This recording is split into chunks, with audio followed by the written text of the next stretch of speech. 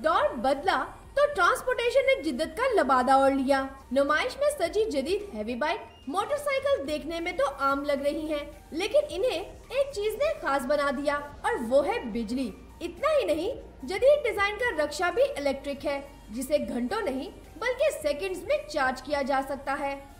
एक तो air quality improve होगी, आपकी नॉइज़ पोल्यूशन भी कम होगी और green house gas emission, climate change key benefits होंगे।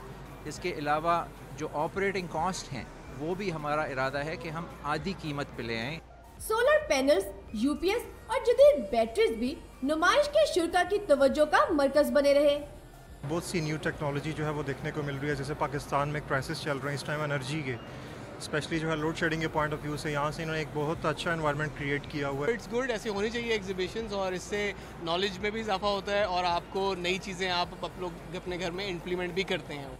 नुमाइश में सिर्फ बड़े बड़े पैनल्स ही नहीं बल्कि एलईडी बल्ब समेत घरेलू इस्तेमाल की अशिया के लिए छोटी सोलर किट्स भी रखी गयी, ताकि अवाम जदीद तकनीकात से भरपूर फायदा उठा सके। कैमरामैन फारूक अहमद के साथ किंजा मलिक, डॉन न्यूज़, लाहौर।